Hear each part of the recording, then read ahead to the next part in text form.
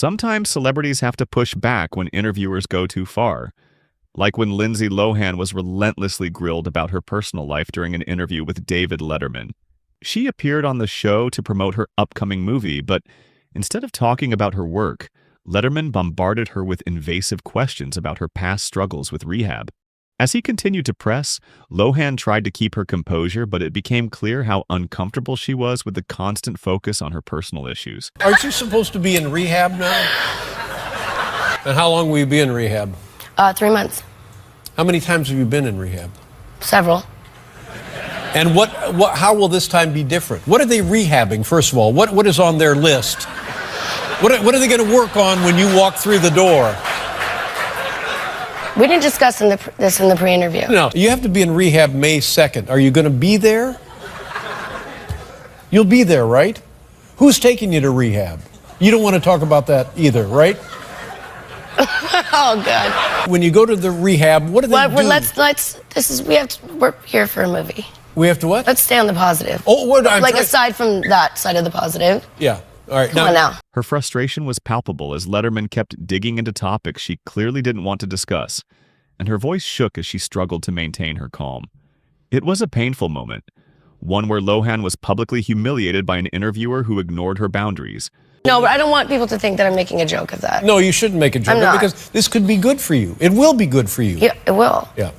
Have you been to this place? No, it's not like a joking matter. No. And of course, Matthew McConaughey had his own awkward encounter with Joy Behar, where things took a turn when she insulted his close friend, Novak Djokovic. As the interview continued, Behar shifted to McConaughey's potential political career, trying to derail it with pointed questions. McConaughey, ever the diplomat, remained calm but firm, refusing to let her push him into a divisive conversation. I was happy to be in his box, got to sit behind his parents, which was really awesome to see them when he brings them up and where they started. Isn't he an anti-vaxxer? An anti-vaxxer? I believe so, yeah. Just so you know.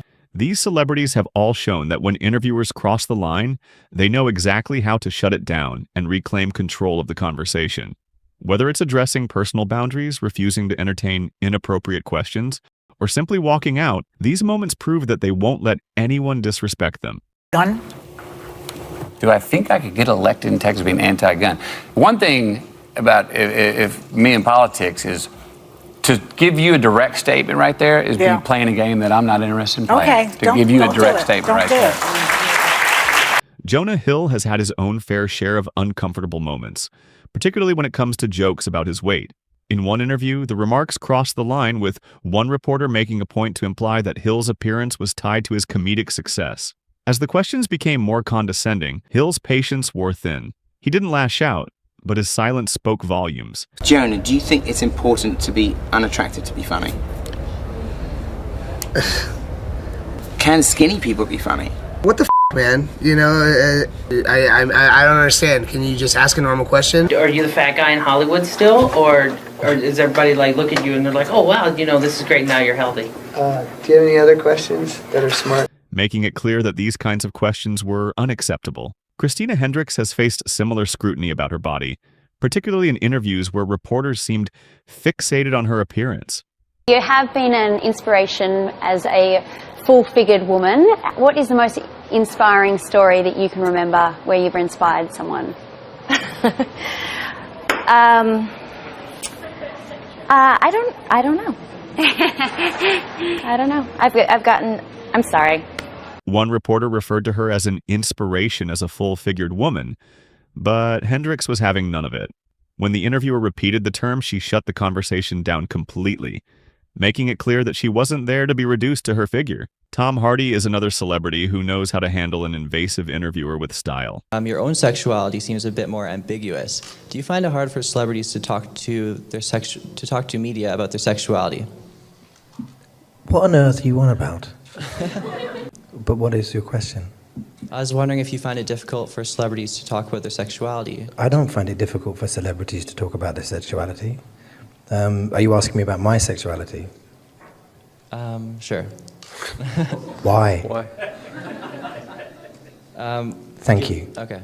When a reporter tried to ask about his sexuality, Hardy didn't miss a beat. His response was sharp and cutting, making it clear that the question was not only inappropriate, but unnecessary. Hardy maintained his composure and didn't let the reporter drag him into an uncomfortable discussion. I have a question for Tom Hardy. Tom, I'll preface my remarks by saying that I have 5 sisters, a wife, a daughter, and a mother, so I know what it's like to be outgunned by estrogen. But I just wanted to ask you, as you were reading the script, did you ever think, why are all these women in here? I thought this was supposed to be a man's movie. No. Not for 1 minute. You know what I mean? That's kind of obvious. Anne Hathaway also found herself having to deal with a pushy interviewer who couldn't stop commenting on her fitness. With questions about her diet, workout routines, and even her feline fitness regime. You are in phenomenal shape. Thank you. You're very gracious. You're always in great shape, but you had to make sure you were in perfect shape for this one, didn't you? It wasn't about being in perfect shape. It was about being able to do the stunts and the fighting perfectly. Hathaway shut him down with grace, reminding the interviewer that there was more to her than her physical appearance. Is there a certain regimen you put yourself through in terms of the diet, the workout? What is the feline fitness regime? A lot. It's all the boring stuff that no one ever wants to do. It's just watch what you eat and get yourself to the gym. Any particular workout? Are you trying to lose weight? Well, what's the deal, man? You look great. No. No, seriously. We have to talk about this. What do you want? Are you trying to fit into a cat suit? Chef Gordon Ramsay, known for his fiery temper, faced a journalist who tried to ambush him with photos of a steak from one of his restaurants. The reporter questioned whether Ramsay was satisfied with the steak's quality. It's really weird for you to give me a piece of paper, and when you say, am I satisfied that it's a good steak, you have to be a little bit more honest with me on that one. What are you trying to get at? But Ramsay immediately turned the tables, pointing out that the steak had been ordered well done, something he's long been vocal about criticizing. His sarcastic response left the reporter speechless. But you asked the steak to be cooked well done. And these are well done steak. Oh, come on. What is this? I mean, where can you, I mean, keep on rolling. For legal reasons, this is absolutely crucial. But how sad is this, that you asked for a steak to be cooked well done, okay? Now, whatever quality of beef it is, it's gone past any form of taste when you've cooked it well done. So you present me with a picture, God bless you, and you say, is that right? I don't eat steak well done. That's your prerogative because you're the customer. But unfortunately, you're never going to identify the quality of a beef when the steak is well cooked. So I'm really sorry to piss on your bonfire, but it's a bit of a stupid question. Thank you. Can I give you a paper back? Yeah. Oh my God. Thank you very much. I thought it was an intelligent interview. Michael B. Jordan had a memorable moment when he recognized a reporter who had bullied him back in school. And, you know, we know each other. We go way back all the way to Chad Science in Newark, okay? The corny kid, right? No, I did not say that. Misquoted for sure. No, you did not hear me say I said we used to make fun of the name. But yeah, he is obviously killing things out here. The tension was immediate, and Jordan didn't need to say much. His look and demeanor were enough to send a clear message. It was a quiet but powerful moment, one where he showed that he wouldn't let his past be used as fodder for an interview. Isn't this the sexiest man show off right here? Who's the sexiest man? Because now let's. What kind of question is that? Jim Carrey took things to a whole new level during an interview at New York Fashion Week in 2017. He couldn't have been less interested in the event. There's no meaning to any of this, so I wanted to find the most meaningless thing that I could come to and join, and here I am. They're celebrating. I mean, you got to admit it's completely meaningless. Well, they say they're celebrating icons inside. Celebrating Do you believe icons, in boy, that is just the absolute lowest aiming, possibility that we could come up with. It's like icons. What do you believe in icons? I don't believe in personalities. I don't believe that you exist. I don't believe in icons. I don't believe in personalities. I believe that peace lies beyond personality, beyond invention and disguise, beyond the red S that you wear on your chest that makes bullets bounce off. I believe that it's deeper than that. I believe we're a field of energy dancing for itself. And I don't care. Dismissing the concept of icons and calling out the event for being meaningless. There is no me. There's no you. No. We're not here. This is a dream. There's just things happening. And there are clusters of tetrahedrons moving around together. Okay. Yes. So what's happening in our world right now? Because His answers left the reporter struggling, unable to even respond. Megan Fox, too, had a tense moment when an interviewer crossed the line with some inappropriate flirting. I don't know if there's I don't know if there's a man alive who's not in love with you in some way. Fox was direct and unbothered.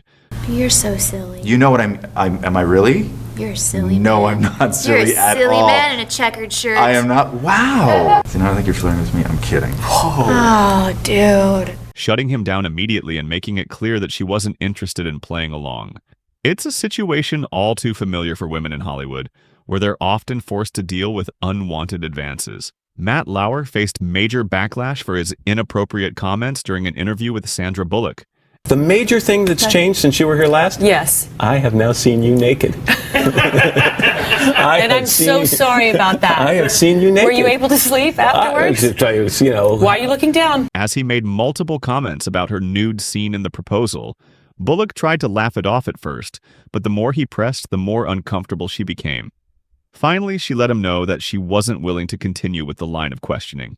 I watched it last night. It is a lot of fun. Did I mention you have a nude scene in this movie? Pretty much from the time you opened your mouth. Yeah. Sandra Bullock. Come back more often. No, not after this interview. Joaquin Phoenix is notoriously private, and he wasn't in the mood to engage with an interviewer who pushed him on how he prepared for a role. Phoenix made it clear that he wasn't interested in the usual questions and quickly dismissed the reporter's inquiry. The movie obviously is about the Joker, but it goes beyond that. It's really about the mental state he was in. Can you tell me a little bit about what research or what kind of what you did to prepare for this? Because this was really an intense performance. What was kind of the process of getting into that mindset? Isn't this old news? Isn't this old news? I feel like I've talked about this for 6 months. And thank you so much for asking that question. My publicist is telling me I just need to go home. Quentin Tarentino also didn't hold back when a reporter questioned him about the link between movie violence and real-world violence. But why are you so sure that there's no link between enjoying movie violence and enjoying real violence? I'm going to tell you why I'm so sure. Don't ask me a question like that. I'm not biting. I refuse your question. Why? Because I refuse your question. I'm not your slave and you're not my master.